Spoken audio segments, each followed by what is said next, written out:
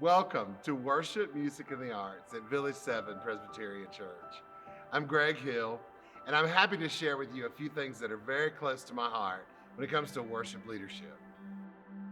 Let me take us back to the Old Testament, when we see the Lord God Almighty ordering the music ministry through the tribe of the Levites.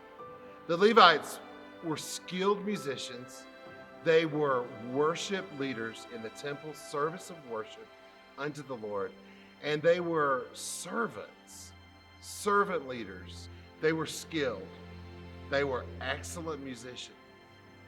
But rather than performers, they were servants. They were a community of worship leaders who were servants to the church and its work and worship.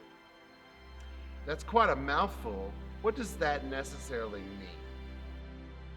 As a modern day Levitical community, we seek to be students of worship. This means not only preparing musically for musical excellence, rehearsing and having fellowship with one another, but also becoming a community of worshipers throughout the week. Maybe studying the texts of the worship orders, studying the themes, maybe intense devotional and discipleship times regarding the sermon theme for that season.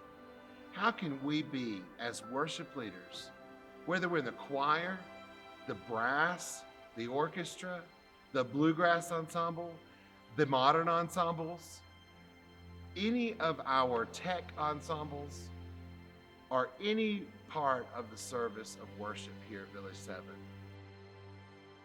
Also included in all of this is a sense of calling to worship leadership, a sense of calling to congregants leading other congregants in worship, a sense of calling to recruiting, discipling, and training others to be worship leaders.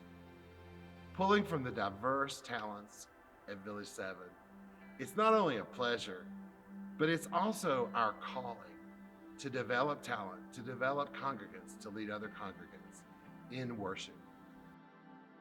When it comes right down to it, all of my passions are found in this area: to identify, train, develop, disciple, pastor a Levitical community, a community of servant leaders, a community of folks who are simply congregants leading other congregants in worship, with the skills and abilities that are granted to them for God's glory and God's glory alone, but also with a textual and liturgical understanding of how to lead worship at Village 7 and how to serve our number one choir, the congregation.